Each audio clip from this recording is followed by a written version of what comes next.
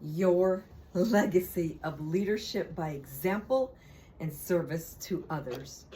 A quote by Molly Marty says, "A noble leader answers not to the trumpet calls of self-promotion, but to the hushed whispers of necessity." And Simon Sinek says, "Leadership is not about being in charge.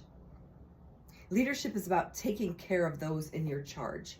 And another one by Ken Blanchard says, "Servant leadership is all about making the goals clear and then rolling up your sleeves and doing whatever it takes to help people win. In that situation, they don't work for you, you work for them." So we're going to continue on this legacy series. We've done your legacy of kindness, your legacy of integrity, your legacy of helping others win, your legacy of wisdom, your legacy of truth telling, your legacy of authenticity.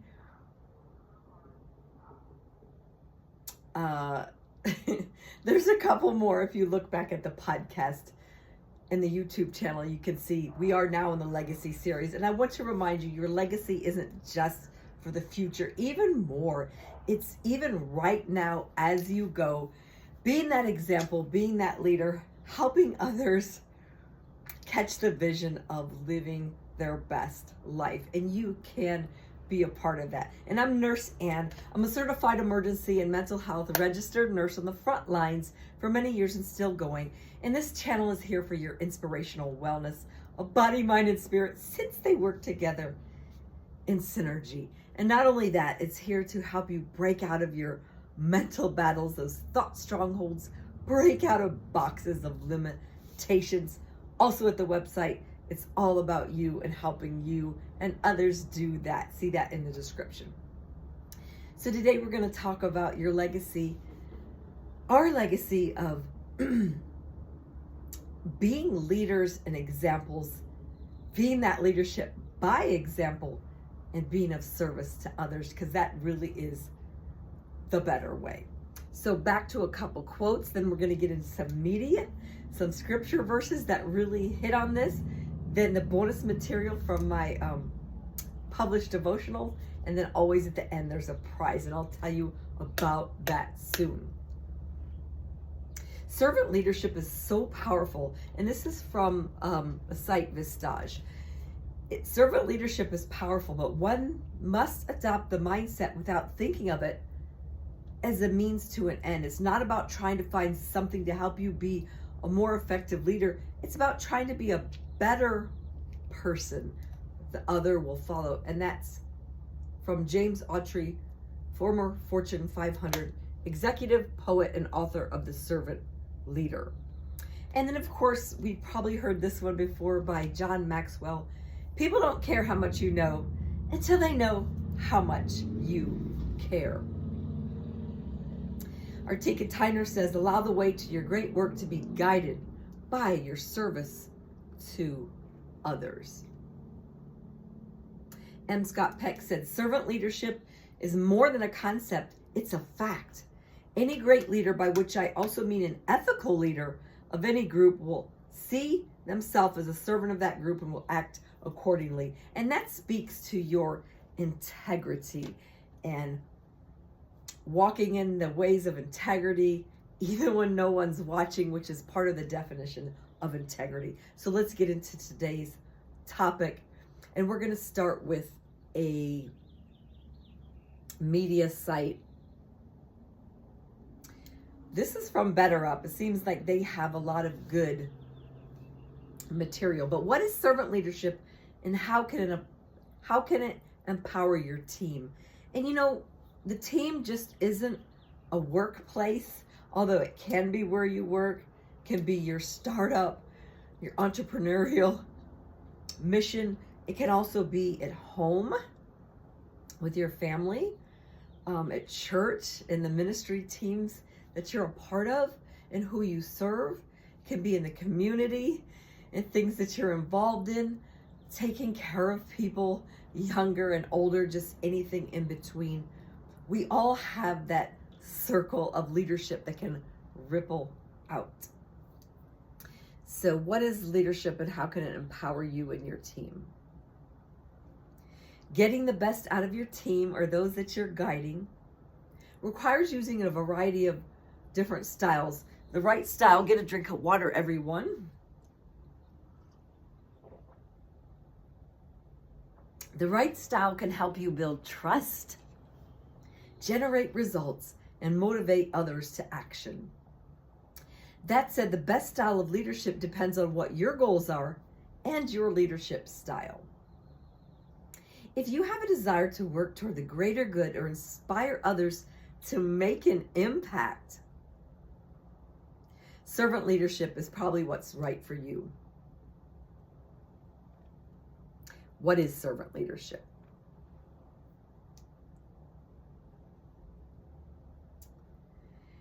The term servant leader was first coined by Robert Greenleaf, and he said the servant leadership basically style was based on the idea that leaders prioritize serving the greater good.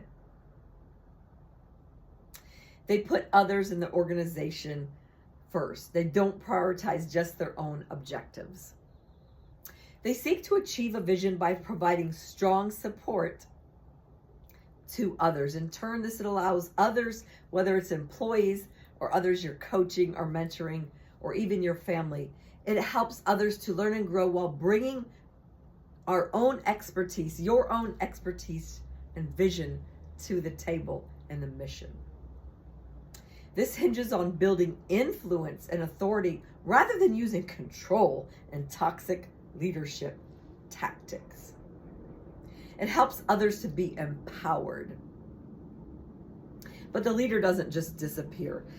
The leader focuses on setting the strategic vision. So as I said, whether it's for your workplace, your family, just different organizations and ministry that you're involved in, you can help set that strategic vision and communicate that to others, encouraging others to have that ownership and extending supported trust to the team.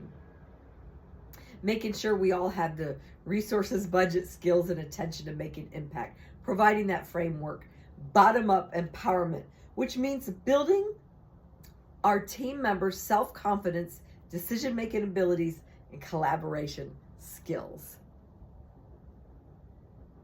And there's 10 principles of this servant leadership that they give us by Robert Greenleaf. Number 1, listening. It's important to fully listen to members of the team without interrupting. Number 2, empathy. It's important to get to know your team so you can use empathetic leadership to help others grow. Healing. And I just want to remind you that this website, my website and this channel is here for your healing of body, mind, and spirit. Before we can be truly effective, we do have to dig into healing our trauma, our emotions, having more emotional intelligence, emotional resilience. And I have a lot of videos and books and just different videos at the website to help you with that. That is so important. I want that for you. So healing. Members of your team may have trauma from previous toxic experiences, either whether at a job or other situations, and you can help create that work-life balance and that work balance to give others the space to heal. Self-awareness. A servant leader must also recognize their own strengths and weaknesses to understand how they fit in with the overall team. Persuasion. Servant leaders can use persuasion and influence instead of just power. And you can use your persuasion and your influence for good, to help get others on the same page in that same vision. Number 6, conceptualization. That we need to be able to see the big picture thinking, and then we can help others see that. Number 7, foresight. It's important to use what you and your team learn to improve in the future. Since, mistakes are inevitable, we can learn from that and grow in our personal life first and help others with that too. Number 8, stewardship. Lead by example so that your team and those that you're with and coaching can Do what you do, not just do what you say. Number 9, commitment to the growth of people. Allocating time and resources to help people and teams grow with training, programs, coaching. And number 10, building community. Building relationships with each other. Learning to trust each other and thereby becoming more productive. We can do this in our personal life, just even with those around us. And 7 characteristics of servant leadership. It's about empowering your team and helping create a positive work environment. But what does it actually look like? Let's break down the 7 characteristics of servant leadership. Number 1, the teamwork. The team needs to come first. Employee satisfaction and satisfaction of others that you're leading. 3, adaptability. Number 4, motivation, fueling that motivation and engagement. Number 5, transparent communication. Being a truth teller, living a life of integrity helps your communication and you be transparent. So hopefully others will want to also do that. Number 6, authenticity. And as part of the Legacy series, there is a video on your legacy of authenticity. I also have another video, if you scroll back down, about vulnerability and authenticity, because they're so important to live your best life. It's so beautiful when you're authentic and not just trying to fit into boxes imposed by media and culture and just worrying about what people think, but living your true, authentic life of integrity. 7, accountability.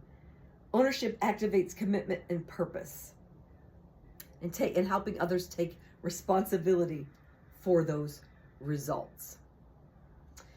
3 ways that servant leadership is different from traditional leadership. It's more inclusive, giving other people, fostering that inclusive culture and the sense of belonging, giving other people a chance to thrive. I think that's important. What about you? Leave that in the comments. And make sure you follow, like, share, and leave your comments today. But I think it's important because sometimes someone in leadership can just get in a rut of thinking, oh, I make all the decisions and I'm the leader. But it's really not a way to foster the growth of your team and get that sense of belonging and that sense of ownership. Being inclusive with others, giving other people a chance to thrive. That is so rewarding. I see the birds going by. I don't know if you can see that out the window. Focus on the team more than the customer. And number 8, or the next one, greater emphasis on ethics. Servant leadership has ethical implications that aren't as prominent in traditional leadership. Servant leaders who behave in an unethical way can cause issues with their team, such as decreased motivation and growth. More water. It's so healthy for you. It's healthy for your cells. Do you want healthy cells? What does servant leadership look like in practice? Successful servant leaders have a genuine desire to serve their employees or those on their team and their family. They can be effective, charismatic decision makers and clear when they set expectations. Some concrete examples of servant leadership. Being an example, humility, authenticity, and trust. Do you think those are very important? I do. Humility must be the foundation of your leadership. If you speak out of superiority and power, your subordinates will do what you say out of fear. Instead, your actions and words should be a credible and genuine model to follow. Number 2, showing why the work is essential, awareness, and purpose. Recognize the good work that others are doing. Giving recognition of achievements is a very important aspect of that role. Number 3, encouraging collaboration, community building, and commitment. Giving that sense of community and teamwork, delegating responsibilities, getting others' opinions. Supporting the team's growth and development, caring for members of the team with empathy and compassion. Don't you like to be treated with empathy and compassion? You can pay that forward. Ask for feedback and have those good listening skills. You can ask open-ended questions and follow-up questions and be receptive to feedback, not just giving it out.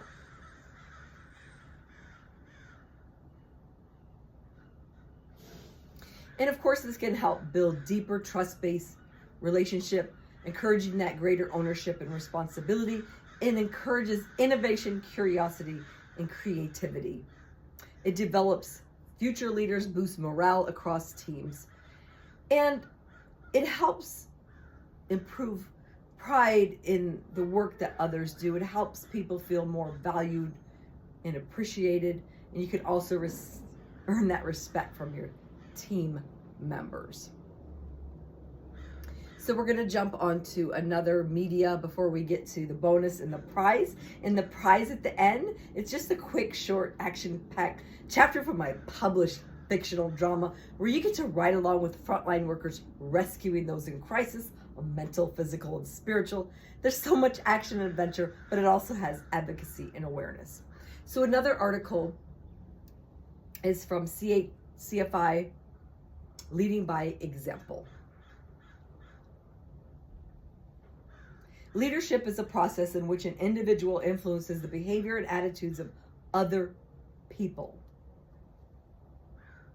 It can help decrease conflicts. 6 ways of leading by example. Number 1, once again, listen to others. Listen to your team. Listen to those that you're coaching. Leaders don't want to get too busy giving directives and managing so that they forget to listen to other people. Number 2, respect the chain of command and others and creating that harmony. Number 3, get your hands dirty. Even though leaders give directions, they should know their work well and get involved in the actual work. Leave some examples here wherever you've worked or situations you've been in. To me, that does inspire a lot of respect for a leader when you see them willing to be involved and actually do some of the hands-on work. Number 4, deliver on promised results. Number 5, resolve conflicts quickly. You don't want to let conflicts fester either toward you as a leader or amongst each other. That can really snowball out of control. So have those conversations. Number 6, value people. Appreciating the contribution of other people helps strengthen the relationship, and a leader should exhibit good communication and listening skills so no one feels inferior to other people. Be honest, fair, and open to discussions, and be able to interact with people in a meaningful way. And this helps with cohesiveness of the others, respect and trust, being a trendsetter. And that was from CFI. I have a couple more, or one more, and then we're going to get to some of the verses and then the bonus content before the prize.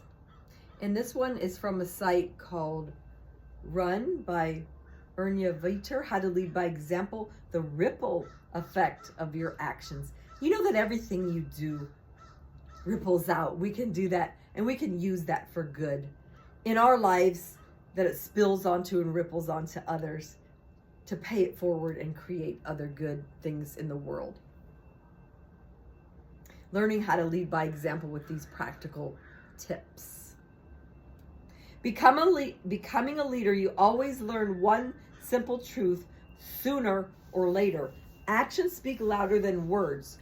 You can preach all day about the importance of hard work, dedication, and integrity, but if you're not ready to practice it, your words are unavailing. This is where leading by example comes in. It's the ultimate way to show your team that you're not just spewing hot air. As a leader, you need to accept that your actions will inspire others, positive or negatively, and that your every move will come under scrutiny. You know, we're always being watched, even when we don't realize it. So we want to live knowing that and live with integrity. As Kim Scott famously wrote in Radical Candor, in some ways, Being a leader is like getting arrested. Everything you say or do can and will be used against you. What do you think about that? Setting an example with your own behavior, you're demonstrating that you're willing to walk the walk.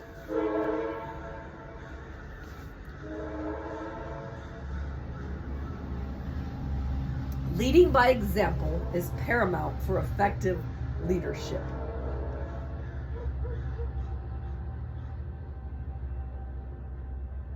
So some of the benefits of leading by example the right way is not just giving orders and delegating tasks. It's about setting a positive tone, inspiring others to follow in your footsteps, hopefully of integrity, and have your actions can have that ripple effect to impact the team's morale, productivity, and success. It also builds trust and respect, especially when you demonstrate your commitment to the goals, values. It sets the bar, helping others to be productive and ethical, inspires others. Do you want to inspire others? Leading by example. It leads to increased creativity, innovation, and problem solving. When others see you taking on challenges and pushing yourself to do better, they're more likely to do the same. Creates a positive environment, showing others respect and kindness. And it encourages accountability and responsibility. How to practice leading by example. We can also get coaches and mentors to help us do that too, to learn ahead of the time. Find other great leaders or emulate them. Don't underestimate empathetic leadership. Let's jump on to some of the verses. And this is from 10 top verses on leadership. Being a leader isn't about being in charge, but instead the influence you have on others. We have influence in our jobs, families, friendship, and communities. As leaders, we might find ourselves in moments where we need inspiration and encouragement. God encouraged leaders throughout his word, and we can take his encouragement and apply it to our lives today. Galatians 6:9 says, don't get weary and tired of doing what is good. In just the right time, we can reap that harvest of blessing if we don't give up. And those harvests can spill on to others for good. In Isaiah 41:10, reminds us not to be afraid, but remember not to get discouraged, for God is with us. He's going to strengthen and help us. James 4:10, humble yourselves before God and he will lift you up in honor. So it's important to practice that humility. Philippians 2:3, don't be selfish. Don't try to impress others. Be humble. Thinking of others is better than yourselves. Matthew 7:12, do to others what you would like them to do to you. So those are some of the verses. And now we're going to jump on to some of the bonus content from my published devotionals. And then we'll jump to the prize, which won't be long. Hopefully it's a shorter evening for you this time. So the first one is from my Inspiration Battles devotional. Link at the website, a self-published devotional. It also has soul searching with a dose of encouragement and biblical medicine for real life. The one I chose today is called Noteworthy. So this is an A to Z devotional, letter N, noteworthy. So who has made an impression on your life? Was it because of their financial success, popularity, magnetic personality, number of fans, or something flashy? Would you want your loved ones to walk in that person's example? The news and media quickly elevate those laden with charisma and influence. Yet how often do we hear stories about quiet, behind the scenes, hardworking but average individuals? It's encouraging to know that God rewards diligent and faithful service in whatever arena we find ourselves in. Of course, we can still go full on to pursue our dreams. But it's comforting to know that we can win the respect of others by working hard and striving for humble and honest lifestyles. Often these quiet heroes are well worth emulating and teaching others to do the same. And of greater value, We might attract others to want to walk by faith as they witness our reverence for God through our considerate, respectful, and diligent demeanors. With these traits in mind, how would you now answer the question of who you consider being genuinely noteworthy? Can you think of anybody that you consider to be noteworthy? If you're striving to live a life of excellence and impact, I pray that you will enjoy the fruits and rewards of your faithful labor. That's from my Inspiration Battles devotional. And I picked one from my Word Puzzles devotional. It's interesting words linked to everyday life in our inner thought struggles, relevant biblical prescriptions, wisdom and inspiration, hope and new light for your life journey, and medicine for your soul by Nurse Ann. This one I picked is also an A to Z devotional, and I picked from the letter L, and it's luminary. What does that mean? A luminary. It's a person who inspires or influences others, especially one prominent in a particular sphere. An inspiration, a leader, an expert. I hope you're striving to be that. You can be. And it talks about the road of life having obstacles and we can get tripped up, and reminding us that Psalm 119 reminds us that God's word is a lamp to our feet and a light to our path. And there's more to that. I'm going to actually let you read less, but let's be lighthouses for other people, even sinking under dark waves. So remember, to be a luminary is a person who inspires or influences others, especially one prominent in a particular sphere, inspiration, leader, and expert. You can read the rest at my Word Puzzles devotional. I also have Ignite Life Poetry devotional just released. There's a mental healing poetry devotional. We all need mental healing. And also, last but not least of the devotionals is Energize Health. As I said, our body, mind, and spirit work together in synergy, and I want you to be healthy. So let's jump on to the bonus and the prize. It'll be a shorter day today. And in my free time, I created this 6-part drama series to highlight the struggles that people go through, the frontline workers rescuing those. As I said, there's lots of action. It's written to be a television drama series with your help. Right now, we're on book 4, which is Defenders of the Weak. We've already discussed homelessness, thought and memory disorders. This one discusses people getting bullied and anxiety. Then we're going to talk about the spectrum and disabilities, relapse, addiction, and so much more. Let's get on to that. But first, I'll show you. It's all in one book if you want to ride along on the book club. The Mental Falls First 6 Stories edition by Nurse Ann. And I also had it made into an exciting audiobook on Audible and iTunes. I'll show you what that looks like. It was narrated by Drama Simpson. He brought it to life with siren noises, action noises, different characters. You're going to feel like you're right there in the action. This is what it looks like. The Mental Falls First 6 Stories edition on Audible and iTunes. You're going to love that. If you check it out, when you check it out, leave a review, please. So let's jump into the bonus and the prize. So we just finished chapter 6, which was Inspiration Battles. Chapter 7 is Unwelcome Changes. And then we're going to go. So drink a water first for Nurse Ann. You get one for yourself too.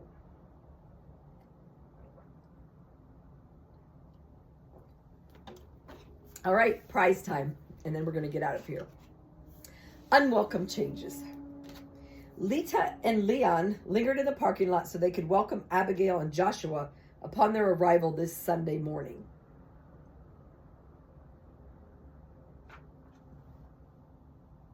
While the couple chatted about the highlights of the workday, they participated in the day before the old gray car came sputtering into a parking spot. Even though the clothes of the recent homeless pair were old and outdated, the smiles on their faces at being invited to the gathering were worth more than the finest shirt that money could buy. And that reminds me, being a leader and example isn't just about having flashy new things and the best clothes. It's about having smiles, listening to others, having a great attitude, being a person of integrity, and being respectful. After warm greetings and small talk about the drive over, Leon asked if Lauren and her mom would also be coming. They planned to at first relay Joshua But after they cleaned up the glass and patched their window, they weren't sure if it would be safe to leave their new home unattended. Safe? What do you mean? What happened to their window? Asked the concerned policeman. Oh, after you all left yesterday, we had an unexpected occurrence in our neighborhood, continued the former Army veteran. Before he could finish with the details, everyone turned to see Jonathan driving the church van into the parking lot. As Angela opened the door for the girls to get out, Abigail grabbed Joshua's arm so he would stop talking.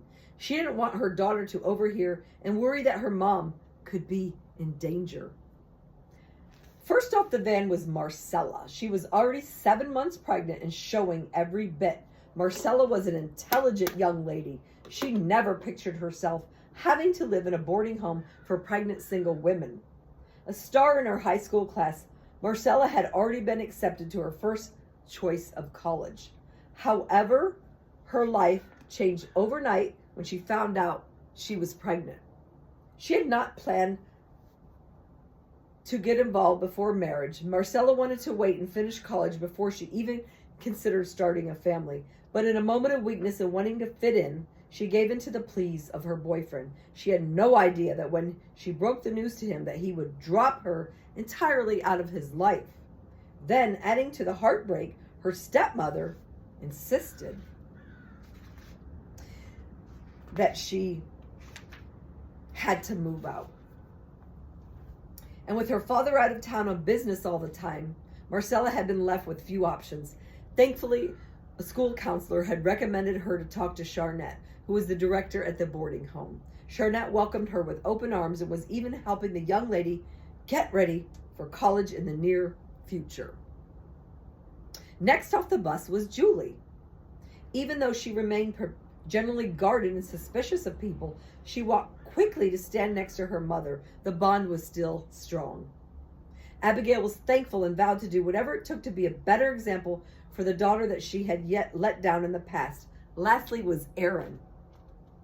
Erin was a spirited young woman who was frequently loud and tended to laugh at inappropriate times. Her son Micah was almost 4 months now. Cute as could be, but also a handful at times. Lita's heart melted when she saw the adorable baby that she had rocked in her arms when they visited the boarding home. "Can I please hold him?" she begged. "Sure," replied Erin as she handed her child to the caseworker, who was longing to be a mother of her own. The new group made their way to the sanctuary with the current members that had invited them. Angela and Jonathan went to his office to prepare for the day.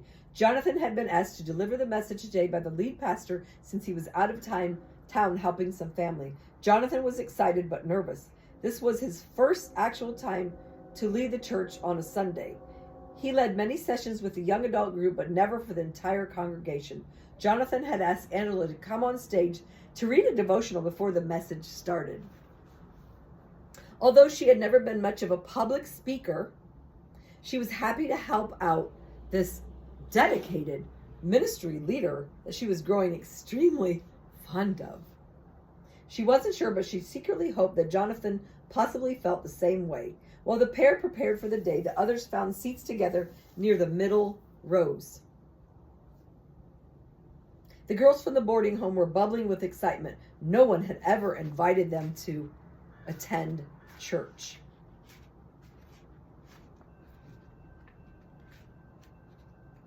The breaks from their daily routine usually consisted of trips to the dollar store or the park. Leon watched with joy as Lita played and made faces with the baby. As Kylina made her way to join the group, she noticed some of the church members who normally sat in a special row were looking strangely at the new attendees. Kylina hoped the guests would not see the stares. She wanted Abigail, Joshua, and the girls to feel welcome and relaxed. During all the commotion, Leon suddenly remembered he had not heard the entire story about the broken window at the new home site. As he started to ask Joshua for more details, Angela made her way to the podium and asked for everyone's attention as she began her reading. Leon made a mental note to get more information after church. No wonder Angela's all dressed up, thought her best friend Kylina. That little sneak. I didn't know she would be giving a speech. Jonathan must have twisted her arm, she giggled silently to herself. She knew her friend wasn't fond of talking in front of a crowd, but she'd also noticed her friend's affection for the ministry leader. You go, Anne, she thought. Smiling at the crowd, especially at Kylina, Angela started her recital. After delivering a short devotional about finding peace in God's presence, she introduced the man of the hour and sat next to Kylina. The girls gave each other a huge smile and pretended to listen intently to the guest speaker. No one was bored. Jonathan's heart was truly in the message about being defenders of the weak. The title of this book, subtitle of this book. Advocating for others who needed help. The verse from Psalm 82:3 was right on target. Defend the weak and fatherless, uphold the cause of the poor and oppressed. He read with fervor and passion. Even the guests from the boarding home were clapping and cheering. Baby Micah was fussy at times, but Lita volunteered to give him his bottle. During the meeting sermon, Marcella's bladder decided she needed to find a bathroom. Hurrying to the back hall, she found the ladies' room and dashed in.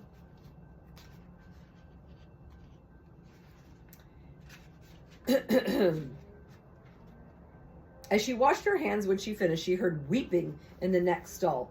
Is there someone there? Is everything okay? She asked. I'm sick of this, came the reply. What? Can I come in to help you? Asked Marcella. Why bother?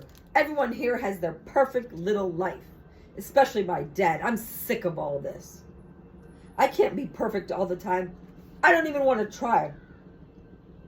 You wouldn't understand. I'm sure you've got it all together and... started Tracy as she made her way out of the stall. Preparing to give the nosy do-gooder a piece of her mind. Until she noticed a very pregnant belly and the clothes from last season on the stranger standing in the bathroom. Who are you? She asked. I'm Marcella. No, I sure don't have it all together. I thought I used to. That is until, well, everything changed. Embarrassed by her accusations, Tracy quickly apologized for her attitude. No big deal, replied Marcella, but I'd love to listen to you if you want to talk. Taken off guard by this unexpected visitor, Tracy opened up about some of her struggles. Marcella listened carefully and offered the best reassurance she could muster. Tracy actually felt better for the moment and asked if she could call her sometime. Marcella scribbled her number on the bulletin, hugged her new friend, and headed back to her seat, while Tracy washed her face in the sink. Marcella thought how much better helping another person actually made her feel about her own problems. As she made her way toward the sanctuary, she passed by an office with two men discussing a seemingly urgent matter. The nameplate on the door read Mr. Davis. Marcella was not one to be nosy, but the words that spilled out into the hallway stopped her suddenly in her tracks. Oblivious to the fact that someone was in the hall, the two men continued their heated rant. Brian, did you see those two drive up in that ridiculous old car? You could hear it a mile away, said the louder gentleman. I know, Robert. What about those unwed pregnant girls and their loud baby? Replied Brian. We need to talk with Pastor Thomas as soon as he gets back. That Jonathan guy thinks he can bring just anyone here, continued the first voice. Before you know it, we'll be running a homeless shelter and a daycare for fatherless kids, added the second man. I thought Jonathan might be trouble. You do know he spent time in jail, announced Robert. That's all we need. Prisoners, homeless people, and a bunch of pregnant girls corrupting our own kids, started Brian. As they continued berating the new guests behind closed doors, they heard a sneeze in the hall. Peering out of the office The church elders saw a glimpse of Marcella as she slipped through the door. Closing the door to the office, the men looked at each other with a knowing look of disgust. Must be one of them, they agreed. Marcella tried to hide her feelings of anger and self-loathing. The words were cruel, hateful. Maybe they were right. Perhaps she didn't belong here. But not wanting to ruin the day for the others, she decided to keep this news to herself. As the service was wrapping up with a joyous song, Marcella couldn't bring herself to participate with her new friends. The girls made their way back onto the van after saying goodbye to the group. Marcella remained quiet and sullen. As the other girls sang songs on the ride back, Angela noticed something was wrong going on with Marcella. Unfortunately, the quiet young lady was not ready to open up about what she had heard. Back at the church, Robert Davis asked his daughter, Tracy, why she looked upset. I'm fine, she bluntly replied. It's not like you would really care, she muttered under her breath. As Robert and his wife drove their daughter Tracy home, Robert was convinced his daughter was already being negatively influenced by the spectacle in church that day. And that's the end of that chapter. The next chapter is chapter 8, Officer Investigates. I will see you at the next NurseAnn.com podcast. Remember, you can be that leader of service and example. Have a blessed evening.